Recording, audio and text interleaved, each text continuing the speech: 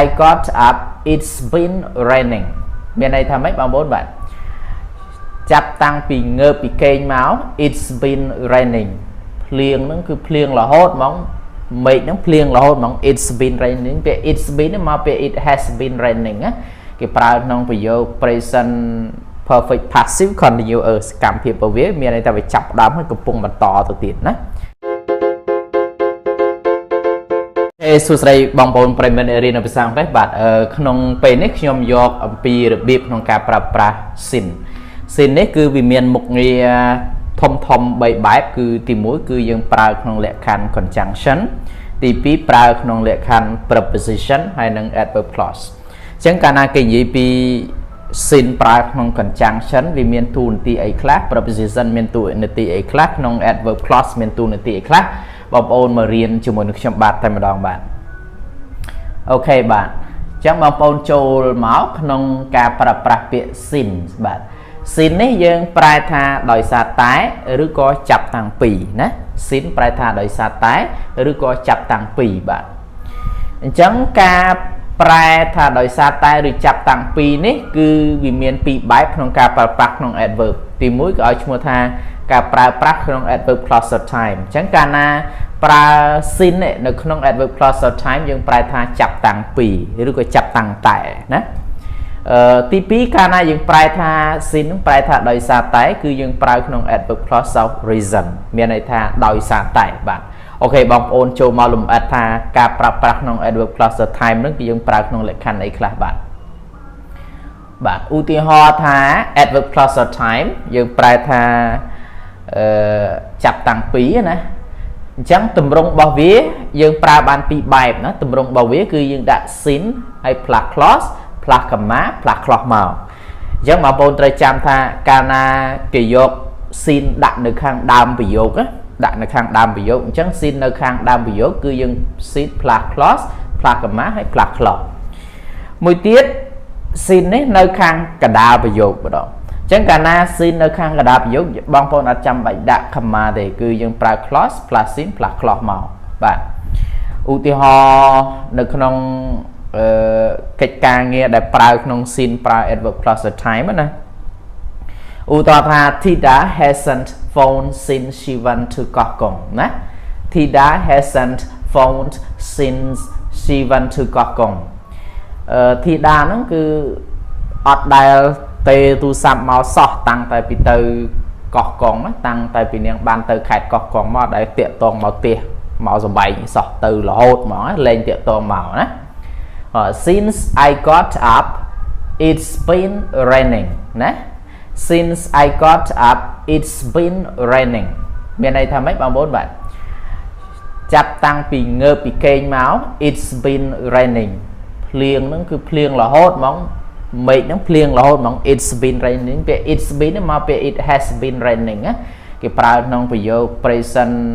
perfect passive continuous សកម្មភាពរបស់វាមានន័យថាវាចាប់ផ្ដើមហើយកំពុងបន្តទៅទៀតណាអញ្ចឹងគេប្រើ it has been raining បាទអញ្ចឹង since I got up it's been raining ចាប់តាំងពីងើបពីគេងភ្លៀងធ្លាក់រហូតហ្មងមួយទៀត I have been very busy since I came back from holiday ណា I have been very busy since I came back from holiday មានន័យថាម៉េចខ្ញុំរវល់ខ្លាំងមែនតើណា I have been very busy ខ្ញុំរវល់ខ្លាំងមែនតើណា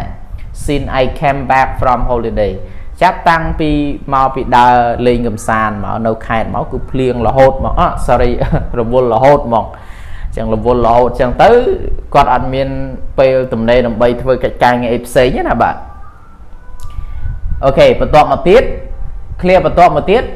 ប្រើក្នុង adverb clause of reason ណា adverb clause of reason អញ្ចឹង sin ប្រើក្នុង adverb clause of reason គឺយើងប្រែថាដោយសារតែឬក៏ព្រោះតែបើ sin ប្រើក្នុង adverb clause of time យើងប្រែថាចាប់តាំងពីឬក៏តាំងតែណាអញ្ចឹង adverb clause of reason អញ្ចឹងទម្រង់របស់វាអត់ខុសគ្នាពីការប្រើប្រាស់ adverb clause of time ទេទម្រង់របស់វាប្រើដូចគ្នាក៏ប៉ុន្តែការប្រែវាខុសគ្នាណាចឹងកាលណាបងប្អូនយក sin មកដាក់ខាងដើមប្រយោគបងប្អូនដាក់ sin ហើយបន្ទាប់មកគឺ clause នោះគឺមានន័យថាប្រយោគបន្ទាប់ពីប្រយោគមកបងប្អូនប្រើ comma មួយហើយ plus ប្រយោគមួយទៀត plus clause មួយទៀតណា ឬក៏វាមានតម្រងពីរបែបឬក៏បងប្អូនដាក់ clause នៅខាងដើមប្រយោគបន្ទាប់មក plus sin បន្ទាប់ពី plus sin ហើយគឺ plus clause ជាងវាមានតម្រងពីរបែបទី1 sin នៅខាងដើមប្រយោគទី2 sin នៅកណ្ដាលប្រយោគគឺអត់ប្រើ comma ទេបាទឧទាហរណ៍ណាបងប្អូនឧទាហរណ៍ថា since he was too much in that he went to Thailand ណា since he was too much in that he went to Thailand ណាមានន័យថាចាប់តាំងពីគាត់ជាពាក្យបំដលគេពេកហ្នឹងគាត់ក៏ទៅរកស៊ីនៅឯថៃណា he went to Thailand គាត់ក៏ទៅបាងកកទៅថៃអញ្ចឹងណាអញ្ចឹងបងប្អូនឃើញស៊ីននៅខាងដើមប្រយោគគឺ he was too much in that ហ្នឹងគេឲ្យឈ្មោះថា clause បន្ទាប់មកបងប្អូនប្រើ comma មួយគេហើយបន្ទាប់មក plus clause មួយទៀតនោះ he went to Thailand គឺ plus clause អញ្ចឹងស៊ីននៅខាងដើមប្រយោគបងប្អូនកុំភ្លេចដាក់ comma ណា since he was too much in that he went to Thailand ដោយសារតែគាត់ជាប់ម្ដងគេពេកគាត់ក៏ទៅរកស៊ីនៅថៃ he sold the house since it was too small he sold the house since it was too small មានន័យថាគាត់នឹងបានលក់ផ្ទះមួយខ្នងដោយសារតែផ្ទះនោះដោយ it ហ្នឹងគឺផ្ទះហ្នឹងដោយសារផ្ទះហ្នឹង was too small ដោយសារតែផ្ទះហ្នឹងគឺវាតូចពេកអញ្ចឹងផ្ទះតូចពេកទៅគាត់ឈានទៅដល់ការលក់ផ្ទះហ្នឹងអញ្ចឹងបងប្អូនឃើញ sin នៅខាងដើមប្រយោគ sin នៅខាងដើមប្រយោគនេះគឺបន្ទាប់មក plus clause ហើយខាងដើមខាង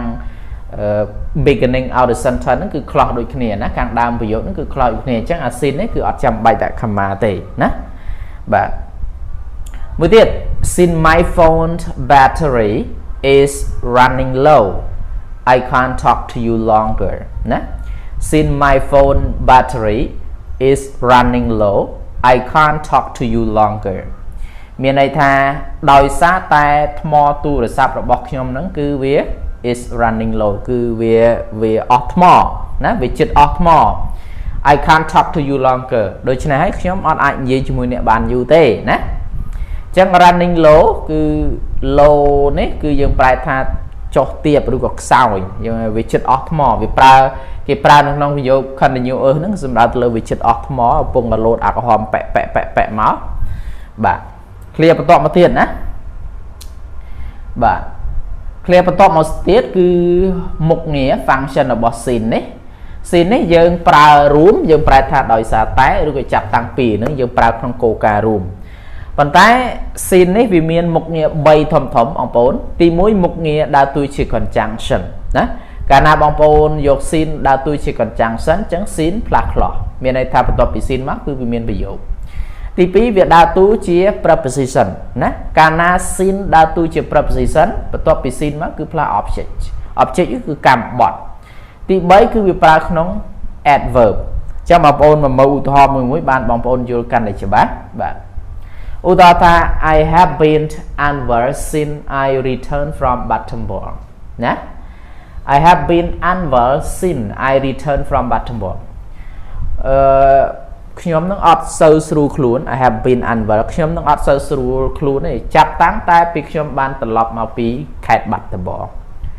អញ្ចឹងបងប្អូនឃើញ I have been unwell នេះគេឲ្យឈ្មោះថា clause ហើយ since I return from Battenberg ហ្នឹងគឺ clause មួយដែរមានន័យថាប្រយោគណាកាលណាបងប្អូននិយាយពីប្រយោគបងប្អូនដឹងថាប្រយោគគឺតើតែមាន subject មាន verb មានកម្មបត្តិ3ហ្នឹងគេឲ្យឈ្មោះថាមកប្រយោគទៅអញ្ចឹងដោយអានេះ I ឲ្យឈ្មោះថាប្រធានហើយ return ហ្នឹងគេឲ្យឈ្មោះថា verb from Battenberg ជា phrase មួយណាអញ្ចឹង since I return from Battenberg since នេះគេឲ្យឈ្មោះថា conjunction ណាជាឈ្នាប់ពាក្យថា conjunction មានន័យឈ្នាប់ណាhe has been hospitalized since Monday ណា he has been hospitalized since Monday គាត់នឹងត្រូវបានគេបញ្ជូនទៅព្យាបាលនៅឯមន្ទីរពេទ្យ since Monday ចាប់តាំងពីថ្ងៃច័ន្ទម្លេះអញ្ចឹង Monday ហ្នឹងគេឲ្យឈ្មោះថា object ណាបងប្អូនហើយ since នេះគឺដើរតួជា preposition ណា Monday គឺ object បញ្ជាក់ន័យឲ្យគេគឺបញ្ជាក់ន័យឲ្យពាក្យ since នេះបាទតោះណាបងប្អូនបាទទី3គឺ since that he retired from the pugilistic world since that he retired from the pugilistic world មានន័យថាម៉េចបងប្អូន ចាប់តាំងពីពេលនោះមក since then ចាប់តាំងពីពេលនោះមក he retired from the pugilistic world គាត់ហ្នឹងក៏លាលែងឬក៏គាត់លាលែងចេញពីពិភពគុណ pugilistic world ប្រែថាពិភពគុណអញ្ចឹង sin ហ្នឹងក៏ឲ្យឈ្មោះថា adverb ណាបងប្អូនដើរតួជា adverb អូខេអញ្ចឹង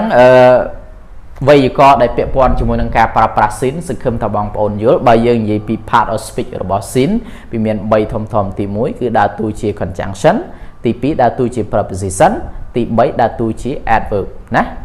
ហើយ sin មុខងាររបស់ sin ធំមាន2ដែលដើរតួក្នុង adverb ទី1 adverb clause time adverb clause reason សង្ឃឹមថាមេរៀននេះខ្លីតែមានប្រយោជន៍សម្រាប់បងប្អូនអ្នកយកទៅអនុវត្តសិក្សាបាទអូខេបាយបាយជួបគ្នានៅវីដេអូក្រោយទៀតបាយបាយបាទ